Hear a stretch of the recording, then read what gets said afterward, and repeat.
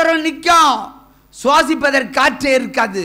ஒரு வினாடி டெட் பாடியாக தான் நிற்பீங்க, என்ன அப்புறம் வருவீங்க. உற்சாகமாக கையை தட்டுங்க. இது பல மாதங்களுக்கு முன்பாக சொன்ன விசேஷமான தீர்க்க தரிசனம். ஒரு நிமிடம் உணர்வை இழந்து போவீர்கள். நீங்கள் யாருன்னே தெரியாத ஒரு காலகட்டம் வரப்போகுது. ஒருவருக்கு நடந்தா இட் இஸ் நேச்சுரல், எல்லோருக்கும் நடந்தா அது மிராக்கிள். உற்சாகமாக கையை தட்டலாம். ஹல்லேலூயா. ஆவே இது புறஜாதிக்கு சொல்லுங்க, தேவன் இப்படி எல்லாம் செய்ய போறார், வெயிட் அண்ட் see. அதுக்கப்புறம் நீ விசுவாசிஞ்ச வந்தா போதும். அது வரைக்கும் அங்கேயே உட்கார்ந்துரு, உட்கார்ந்த இடத்துல நீயே உட்கார் போ, கல்லோட கல்லாயிரு. நமக்கெல்லாம் ரத்தம் இருக்கிறது, உணர்வு இருக்கிறது, எது நல்லது கெட்டுன்னு சிந்திக்கும் திறன் இருக்கிறது, பார்க்கும் கண்கள் இருக்கிறது, முகரும் மூக்கு இருக்கிறது. யார் படைச்சது? உலக வரலாறு ஏடுகளை பாருங்க, உலக சரித்திர புஸ்தகங்களை பாருங்க, காப்பியங்களை பாருங்க. தேவன் 6 நாளிலே ஒரு மனிதனை மண்ணால படைச்சு தன்னுடைய சுவாச காற்றை அவனுக்கு ஊதினார். மனுஷன் மண்ணான மனுஷன் மனுஷனாக மாறினான். அவன் பெயர் ஆதாம். தன்னுடைய சாயல், மனிதனுடைய சாயலை ஒரு மனிதனை உருவாக்கி அவனுடைய விலாயெலும்பை உருவி ஏவாளை படைத்தார். ஒட்டுமொத்த சயின்ஸுக்கு போங்க, மருத்துவமனைக்கு போங்க, விலாயெலும்பு ஒன்று ஆம்பளைக்கு இல்லை. படுபாவி பெண்கள் திருடி விட்டார்கள். கையை தட்டுங்க. நாளைக்கு பிறக்கிற ஒரு பெண் குழந்தைக்கு ஒரு எலும்பை பாருங்க, விலா எலும்பு. இல்லை நாளைக்கு பிறக்கிற ஆண் குழந்தைக்கு ஒரு எலும்பு குறைவா கூடுதலான பாருங்க. அவருக்கு ஒரு எலும்பை தான் உருவி காட்டினாரு. பிறக்கிற பிள்ளைகளுக்கெல்லாம் ஒரு எலும்பு குறைவு ஆம்பளைங்களுக்கு. கையை தட்டுங்க. அதனால தான் பெண் பிள்ளைகளுக்கு எலும்பு இருக்கிறபடியினால அந்த குடம் அந்த எலும்பு தடுத்து நிற்கும். ஒரு குடம் தண்ணீரை இடுப்பில் நிற்கும். அது சரிஞ்சு நடந்தாலும் ஒரு சொட்டு சிந்தாது. ஆம்பளைக்கு இடுப்பில் தண்ணி நிற்குமா? குடம் நிற்குமா? நிற்காது. நல்லது. இல்லைன்னா வெள்ளங்கோரா வச்சிருவாங்க இல்லையா? இப்போ அந்த பம்பில் போய் தண்ணி எடுத்துட்டு வாயான்னு சொல்லிடுவாங்க. இதெல்லாம் சரித்திரம், மகிமையின் சரித்திரம். இப்படித்தான் ஆணை படைத்தார், பெண்ணை படைத்தார். இங்கே இருக்கீங்க, 200 பேர் 150 பேர் 100 வச்சு விடுவோம். ஒரு ஆள் ஒரு முகந்தானே. நான் இருக்கிற மாதிரி நீங்கள் இல்லை, நீங்கள் இருக்கிற மாதிரி நான் இல்லை, நான் பேசுகிற மாதிரி நீங்கள் பேசல. உங்களுடைய பார்வை இன்னொரு அழகு, உங்களுடைய மூக்குகள் இன்னொரு அழகு, எல்லாமே முகமே வேறுபட்டு. ஒரு குடும்பத்தில் 7 பேர் இருந்தால் 7 ஒன்று மாதிரியா இருக்குது, 7 டேபிளில் இருக்குது. யார் செஞ்ச அதிசயம்? கடவுள் செய்த அதிசயம். ஏண்டால் உங்களை எல்லாம் அடையாளம் காண வேண்டும். என்னுடைய ஒரு சகோதரன் அடிக்கடி வருவான், ஒரு பகைஞனான சகோதரன். என்னை எப்போ கண்டாலும் ஜேபிஆர் உயிரோடையா இருக்கிற? ஏண்டா இப்படி கேட்குற? அவன் சொல்லுவான், இல்லை பேப்பரில் ஒரு தலைப்பு செய்தி பார்த்தா நாரோல் பக்கத்தில் ஒரு டெட் பாடி கிடக்குன்னு நினச்சேன். அது நீயா இருக்குமோன்னு நினச்சேன். ஆனால் நீங்கள் நிற்கிற. இப்படி என்னை எப்போ பார்த்தாலும் இப்படி தான் பேசுவான். ஏனென்று சொன்னால் அந்த காலத்தில் பத்திரிகை நடத்தும் போது யார் கையால் அடிபட்டு நான் சாகணும் அது அவனுக்கு தெரியும். ஏன்னா அவனையும் மோதி பார்த்து சரண்டர் ஆனவன் தான். தவறு செய்கிறவளை சுட்டி காட்ட என் வேலை. அதனால் யாராவது போட்டு தள்ளிடுவாங்க. அவன் எங்கே டெட் பாடி கிடந்தாலும் அது ஜேபிஆர் பாடியாக இருக்குமோ என்று இவனு சந்தேகம். ஏன்னா சந்தோஷம், மன ஒளிஞ்சு போச்சுல்ல. என்னை ஊழியக்காரர்களுக்கு சந்தோஷம். ஏன்னா கொஞ்ச நாள் டிவி வரல, அவங்களுக்கு ஜேபிஆருக்கு சாப்டர் முடிஞ்சு போச்சுன்னு. நீ முடிவரை கட்டினாய், கர்த்தர் முன்னுரைத்தான் எழுதி கொண்டிருக்கிறார். உற்சாகமா கையை தட்டலாம். சூரியன் உதிக்கிற திசையிலிருந்து கர்த்தர் வரும்பொழுது என்னுடைய கேமரா தான் படம் பிடிக்கும். இது 23 வருடங்களுக்கு முன்பாக எழுதி வைக்கப்பட்ட தீர்க்க தரிசனம். ஆவிதான் உலகம் முழுங்க வேறு விதமான ஊழியத்தை, உங்களை பரிசுத்தமாக்குகிற ஊழியத்தை கர்த்தராகிய தேவன் நின்று செய்கிறார். சாவே எனக்கு இல்லைன்னு சொல்லியிருக்கிறார். சாகடிக்க நீ நினைச்சா முடியுமா? இல்லை முக்கோடிகள் நடந்தால் நடக்குமான்னு கேட்கிறேன். ஆனா முக்கோடி முக்கோடியே ஒன்று சேர்ந்து என் விரலை மடக்கி பாருங்க. பவர்ஃபுல் காட் யாருன்னு உங்களுக்கு புரியும். சோதிச்சு பார்க்கலாம், முடிச்சு கட்ட முடியாது. அல்லேலூயா, அல்லேலூயா. ஆகவே வானத்தையும் பூமியையும் உண்டாக்கின தேவன் எவ்வளவு மகிமையாய் இந்த உலகத்தை குறித்து எழுதி வைத்திருக்கிறார்.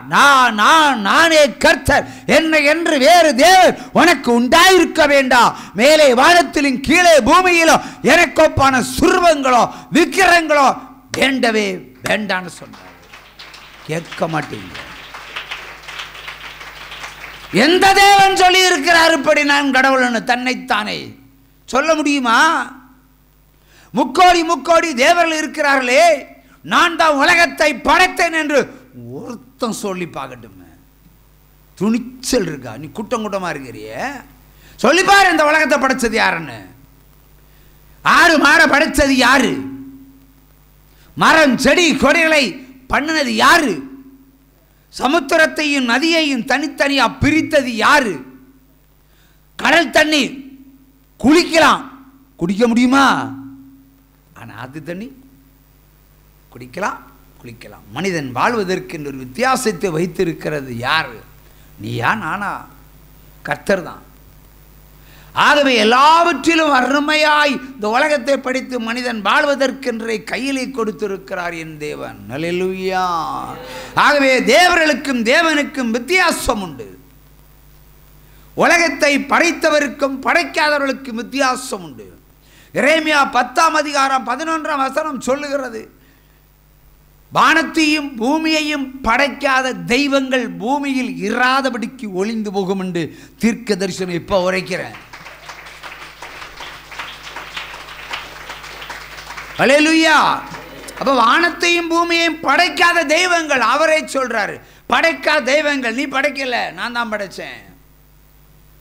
தமிழ்நாட்டிலே 2 ஜேபிஆர் இருந்தாங்க, சரியா? ஒன்று கல்லூரி ஜேபிஆர், சத்யபாமா கல்லூரி. இன்னொன்று பேனா பிடிச்ச கை. 2 பேருக்கு ஒரே குழப்பம். அவனும் ஜேபிஆர், நானும் ஜேபிஆர். அவன் என்ன ஜே பங்கிராஜ், நான் ஜே புஷ்பராஜ். அவன் இப்படி ஜேபிஆர் ஆனால் நான் இப்படி ஜேபிஆர் ஆகிட்டேன். நான் அடிக்கடி சின்ன வயசில் எம்ஜிஆர் படம்லாம் பார்த்துடுவேன். இனி அன்று எம்ஜிஆர், இனி ஜேபிஆர் தான் இப்போ ஒன்று. இப்போ எம்ஜிஆரும் போனார், அந்த ஜேபிஆரும் போயாச்சு. இப்போ தமிழ்நாட்டுக்கு ஒரு ஜேபிஆர் தான். உற்சாகமாக கையை தட்டுங்க. இந்த பேரை ஒருவன் வைக்க முடியுமா? இனி இதை கேட்டவர் வச்சா தான் உண்டு. ஆகவே தமிழ்நாட்டில் ஒரு ஊழியக்காரனா, ஒரு வித்தியாசமான ஊழியக்காரனா ஜேபிஆர் என்ற ஊழியக்காரன் தான். பேர் சொல்லும் போதே பவர் வந்து இறங்கும். சொல்லி பாருங்க, கேன்சரை சொஸ்தமாகும். இது ஆவி ஆத்மா சரீரம் அவரால் உருவாக்கப்பட்டு வந்தது. அல்லேலூயா. ஆகவே தேவர்கள் வேற, தேவன் வேற. அவர் மறுபடியும் சொல்லுகிறார், என்ன சொல்ல? நான் எல்லா தேவர்களுக்கும் தேவனாகிய கர்த்தர். கையை தட்டுங்க. இல்லைன்னா இந்த எல்லா தேவர்களும் பேசட்டுமே, நீ கீழே நான் மேலேன்னு சொல்லி பார்க்கட்டுமே. முடியலையே. இப்போ நான் சொல்லுவேன், நான் தான் ஜேபிஆர்னு ஒத்தைக்கு சொல்லுவேன், அடித்து பேசுவேன். ஒருத்தன் தான் ஜேபிஆர் இருக்கான். அதே மாதிரி ஒருத்தர் தான் கர்த்தர், அது நம்ம இயேசு கிறிஸ்து தான். கம்பீரமாக கையை தட்டலாம். அல்லேலூயா. ஆகவே தேவனை ருசி பார்க்க வேண்டும். தேவனை ருசி பார்ப்பதுதான் மிகப்பெரிய ஆசீர்வாதம். எவ்வளவு சேர்த்தாலும் நிற்காது. நிற்க நினைச்ச ஆண்டவர் தான் அர்த்தம். ஆனால் நீ கிருவியை சேர்த்துப்பாரு, அவருடைய பலனை காண்பாய். தேசத்தில் நல்லதை செஞ்சு பாரு, உனக்கு தீர்க்காயுசு கிடைக்கும். நன்மை செய்தால் மேன்மை இல்லையோ? ஆண்டவரே சொல்லியிருக்கிறார். எந்த தெய்வம் சொல்லியிருக்கிறது? ஏழைக்கு கொடு, இல்லாதவனுக்கு கொடு, முடவனுக்கு கொடு, செவிடனுக்கு கொடு, ஏழையின் வழக்கை விசாரி என்று எழுதி வைக்கப்பட்ட நம்முடைய பைபிள் சொல்லுகிறது. ஏசாயா 1ஆம் அதிகாரம் 17ஆவது வசனம். நன்மை செய்யாமல் போனால் பாவம் என்று யோவான் சொல்லுகிறான். இதெல்லாம் ஆண்டவர் சொல்லி தந்திருக்கிறார். வேற எந்த தேவர்கள் சொல்லியிருக்கு? அதெல்லாம் வாங்கி சாப்பிட்டுட்டு கொரட்டை விட்டு தூங்கும் இல்லையா? பிரதர் அப்படி தானே? விற்கிறது தானே கும்பிட்டீங்க, விற்கிறது தானே கும்பிட்டீங்க. ஏன் கும்பிட்டீங்க விற்கிறத? உண்மையை சொல்லி தரக்கு ஆள் இல்லை இல்லையா? பிராயன் சின்ன வயசு, அதாவது 8ஆம் கிளாஸ் படிக்கும்போதே 40 அடியில் 50 அடி ஆழத்தில் ஜலப்பிரளயத்தில் நீச்சல் அடிப்பேன். நான் ஒரு ஆம்பளை கிடையாது. என்ன நீச்சல் அடிக்க விட்டு வேடிக்கை பார்ப்பாங்க கூட்டம் கூட்டமாக. இந்த பேச்சிப்பாறை டேமெல்லாம் திறந்து விடும்போது எனக்கு தெரியாத விஷயங்கள் எல்லாம். கரையேற முடியுமா? என்னால் முடியும். இதுதான் நான் கரையேறி வந்திருக்கிறேன். ஒரு முறையில் பல முறை. என் முன்னாடியெல்லாம் ஆடுகளும் மாடுகளெல்லாம் சுழற்சியில் அப்படி மூழ்கி போகும், கண்ணு முன்னாடியே போகும். என்னை காக்கிறவர் நான் பிறக்கும் போதே கூடவே இருந்திருக்கிறார். உங்களை காக்கிறவரும் உங்கள் கூடவே இருந்திருக்கிறார். அல்லேலூயா. அப்படிப்பட்ட ராத்திரி என்ன செய்வான் தெரியுமா? ராத்திரியில் எங்கள் ஊரில் பேய் நடமாட்டான். இப்போ தான் வீடுகள் ஜாஸ்தி. பேய் அடிக்கிறது கம்பு எடுத்துகிட்டு போவேன். பேயை கம்பால் அடிக்க முடியுமா? ஒரு நாய் ஊழை எடுதுன்னா இந்த இந்த நாய் ஒரு பேயை பார்த்துக்கிட்டு தான் ஊழை எடுது. ஏன்னா பேயை பார்க்க பயங்கர ஆசை. யாராவது பேயை பார்த்துருக்கீங்களா? பிசாசை பார்த்துருக்கீங்களா? பார்த்தவங்க கையை தூங்குங்க. நம்ம நிறைய வச்சுருக்கேன் உள்ளுக்குள்ள இல்லை. நான் கம்பு எடுத்துகிட்டு போவேன். இந்த அமாவாசையிலலாம் ஊழியக்காரங்கெல்லாம் பேயை ஓட்டுவாங்க. எப்படி ஓட்டுவாங்க? அமாவாசையில் ஒரு ஜெபம் வைப்பாங்க வீட்டுக்குள்ளே இல்லை சபைக்குள்ளே. அமாவாசையில் ஜெபம் பண்ணுங்க நியாயம், பௌர்ணமியில் ஜெபம் பண்ணுங்க நியாயம், எல்லா நாளும் ஜெபம் பண்ணுங்க. அமாவாசை மட்டும் ஸ்பெஷலாக பேய் வருமா? அமாவாசையில் மந்திரவாதிகள் ஸ்பெஷலாக மந்திரம் வைப்பாங்க. அந்த மந்திரவாதிகளுக்கு விரோதமாய் ஊழியக்காரங்க ஜெபம் யார் எடுப்பானா? தைரியம் கிடையாது. பயந்தாங்கோடிகள் மந்திரம் வச்சு கட்டிடுவானா ஊழியக்காரனை. கோயம்புத்தூரில் ஒரு ஊழியக்காரனை குறித்து ஒரு ஸ்டேட்மெண்ட்டு ஒரு அம்மா ஃபோன் பண்ணுது. அதுவும் அவர் சொன்னபடி நான் சொல்ல முடியாது, தேவனை அறியாத ஒரு ஜாதி. அது ஒரு கம்பீரமான ஜாதி. ஒத்தைக்கு ஒரு பிள்ளை ஒரு பையன். சபையில் போனால் கிறிஸ்தவத்தை சொல்லிக் கொடுப்பாங்க, ஒழுக்கத்தை சொல்லிக் கொடுப்பாங்க, பண்பை சொல்லிக் கொடுப்பாங்கன்னு சொல்லி சபைக்கு விட்டுட்டாங்க. அந்த அம்மா சொன்ன கதையை சொல்கிறேன். பார்த்தாச்சுன்னா 18 வயசு தாண்டதும் பாஸ்டரோட அந்த பிள்ளை ஓடி போச்சு. பக்தியை சொல்லிக் கொடுக்க அனுப்புனா அவர் பள்ளி அறை பாடத்தை சொல்லி கொடுத்து கூட்டிகிட்டு போயிட்டார். சரி, கூட்டிகிட்டு போனாலும் பரவாயில்லை, கோயம்புத்தூர் தான். கூட்டிகிட்டு போனாலும் பரவாயில்லை, என் புருஷனையும் மந்திரம் வச்சு கொண்டு போட்டேன்னு அவனே எனக்கு ஃபோன் பண்ணி சொல்கிறான். ஏயா மந்திரவாதிகிட்ட நீங்கள் ஏன்டா போகிறீங்க? நான் கேட்குறேன். சில நேரங்களில் நம்ம ஒரு புறம்பை கையாளணும், வார்த்தை என்ற பரம்பு. அந்த அம்மாட்ட கூட்டி சொல்லிக்கிறான், இன்னைக்கு ஒத்தைக்கு ஒரு பையன் இருக்கான், எனக்கு ஒரு எலுமிச்சம்பழம் 5 வெத்தலையும் போதும். உன் புருஷனையும் அப்படி தானே நான் மந்திரம் வச்சு கொன்னேன், பையனையும் கொள்கிற எவ்வளோ நேரம் ஆகும், ஒழுங்கா பொத்திக்கிட்டு கொடுத்த கேஸ் வாபஸ் வாங்கிடுன்னு. அந்த சகோதரி பயந்து போய் போலீஸ் ஸ்டேஷனில் கொடுத்த வழக்கை வாபஸ் வாங்கிட்டாங்க. என் பிள்ளை கட்டு போனாலும் பிரச்சனை இல்லை, இருக்கிற பிள்ளையை பார்த்துக்கலான்னு. ஏன்னா இந்த பிள்ளையும் இப்போ கட்டில் கிடையாது, படுத்து கிடக்குது. அந்த பிள்ளையை ரட்சிப்பதற்கு தான் எனக்கு ஃபோன் பண்ணுறாங்க. பாருங்கள், ஊழியத்தில் இருக்கிற மார்க்கெட்டை பாருங்கள். ஊழியக்காரர்கள் இன்றைக்கி தமிழ்நாட்டில் இருக்கிற பெருமங்க ஊழியக்காரர்கள் மந்திரவாதிகளுக்கு அடிமையாக இருக்கிறார்கள், மந்திரவாதத்துக்கு அடிமையாக இருக்கிறார்கள், குறியேற்கிறதுக்கு இருக்கிறார்கள். அவர்கள் வேதத்தையும் சொல்லுவார்கள், விக்கிரகத்தையும் தேடுவார்கள். உங்களை விட மகாபெரிய புறம்போக்குகள் அது. இல்லைன்னா தைரியம் இருந்தால் ஃபேஸ் டு ஃபேஸ் வர சொல்லுங்கள். அவங்க இடுப்பில் எத்தனை அரஞ்சான் கேர் கிடக்குன்னு அறுத்து எடுத்துருவோம், தாயத்து கட்டின கேரள் எல்லாம். சுவிசேஷம் கூட்டுத்து போனாலே அப்படி தான் போவாங்க. இங்கே ஊர்லேயும் இந்த நிறைய மந்திரவாதிகள் எல்லாம் உண்டு. ஏன்னா கேட்டால் காவியை உடுத்துருவாங்க. காவியா உடுக்கிற நீ? பைபிள் சொல்லுது வெண் வஸ்திரம் உடுன்னு சொல்லாரு இல்லையா? உன்னை பிடிச்சா கலர் வஸ்திரம் போட்டுக்கோ. காவியை உடுக்க சொன்னாரா? கேட்டா ஏசப்பா காவி உடுக்க சொல்லிட்டாருன்னு. அப்போ அந்த காவி இந்த காவி என்னையா வித்தியாசம்? அப்போ நீ ஏன் வசனத்தை சொல்லுகிற? நீ ஏன் பைபிளை பிடிக்கிற? எதாவது பிடிக்க வேண்டியதானே நீ? அந்நிய பாஷையில் ஜெபிப்போம் பாருங்க. அவங்க அந்நிய பாஷையில் ஜெபிப்போம், டிவியில் பாருங்க, நல்லா தெரியும். என்னுடைய வார்த்தைக்கும் இது எக்கால சத்தம், அவங்களுடைய அந்நிய பாஷைக்கும் என்ன டிஃபரெண்ட்டு? நல்ல பாம்பு கூறுறது மாதிரி இருக்கும், பாம்பு தான் கூவும். கேட்டால் அந்நிய பாஷை. போகிறாங்க கூட்டம் கூட்டம் கூட்டம் கூட்டமாக போட்டோம்.